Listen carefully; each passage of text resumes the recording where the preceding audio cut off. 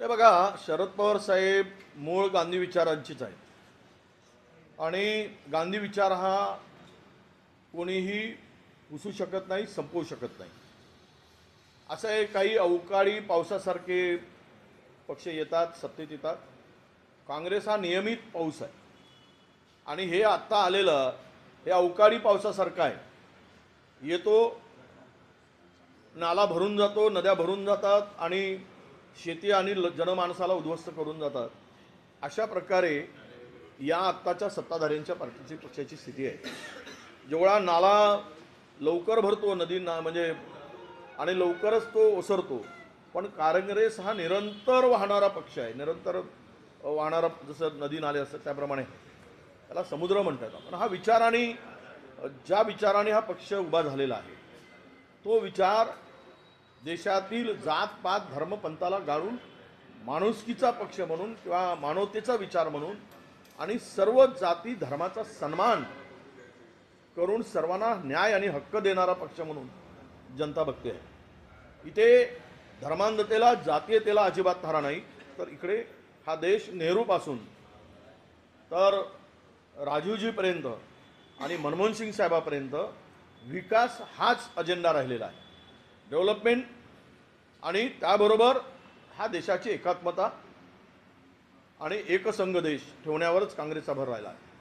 आणि 2024 मध्ये जे देशातील एकूण वातावरण वारे व्हायला लागले, हा बदलांचे वारे.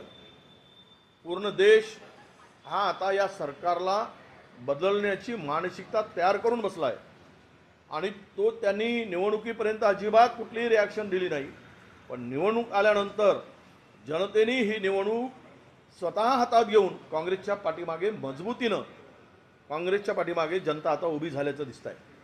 मी तुम्हाला म्हणालो, अतिरेक म्हणून नाही किंवा अतिशोक्ती म्हणून नाही, भारतीय जनता पक्ष आणि त्यांच्या एनडीएचा, त्या एनडीएचा सुपडा साफ झाल्याशिवाय राहणार नाही आणि लोकांनी इंडियाच्या हातात या देशाची सत्ता देण्याचा निर्धारच केलेला आहे.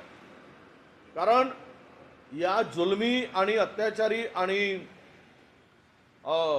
ज्याला आपण तानाशाही प्रवृत्ती आहे, या प्रवृत्तीला जनता विटलेली आहे. म्हणून पवारसाहेब म्हणतायत की 24 नंतर हे सर्व पक्ष काँग्रेसमध्ये, अनेक पक्ष काँग्रेसमध्ये विलीन होतील, अनेक पक्ष. तर त्यांच्या म्हणण्यामध्ये तथ्य आहे आणि पवारसाहेबांसारखे मोठे नेते ज्यावेळेस बोलतात त्यावेळेस त्यांना फार दूरचा सगळी अभ्यास करून, फार दूरवर त्यांना ते सगळी दूरदृष्टी आहे आणि तो दूरवरचा खोलवरचा विचार करून बोलतात. त्यामुळे मला वाटतं की यामध्ये 24 मध्ये सत्ता परिवर्तन होणार आणि भरकडलेले काही पक्ष इकडे तिकडे गेलेत त्यांना दबावामध्ये आणून, त्यांना प्रेशर टाकून ती सर्व एक ताकदीची मोठ सर्व काँग्रेसमध्ये येईल आणि काँग्रेस पुन्हा या देशाची धुरा मजबूतीनं सांभाळेल. राजन विचार यांनी दावा केलेला आहे की 2013 मध्ये 5 आमदारांना घेऊन एकनाथ शिंदे हे काँग्रेसमध्ये येणार. ती चर्चा त्यावेळेस झालेली होती असं मला वरिष्ठांनी सांगितलं होतं. कारण मी नुकताच 2005 मध्ये काँग्रेस पक्षात प्रवेश केलेला होता आणि त्यावेळेची चर्चा आणि कुजबूज होती की एकनाथ शिंदे पक्षामध्ये प्रवेश करतील अशी चर्चा त्या वरिष्ठामध्ये आणि काँग्रेसच्या वर्तुळामध्ये त्यावेळेस होती. बारामतीमध्ये मोठ्या प्रमाणात पैसे वाटण्याचा आरोप करण्यात येतोय शरद पवारांच्या पक्षातर्फे. नाही, आता लोक सत्ता आणि संपत्तीला लात मारून या राज्यामध्ये फुटीरवाद्यांना संपवण्याचाच निर्धार करून मतदानासाठी गेलेले आहे. तुम्ही त्यामुळं सत्ता आणि पैसा कितीही वाटला तरी त्याचा परिणाम जनतेमध्ये होणार नाही आणि जनतेने ठरवलं आहे की यावेळेस कोणत्याही परिस्थितीमध्ये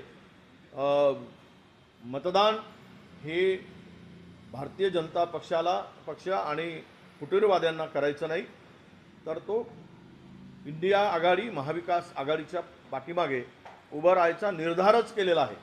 त्यामुळं प्रत्येक गावामध्ये 70% 80% जनता मतदान आमच्या इंडिया आघाडीला करताना दिसत आहे.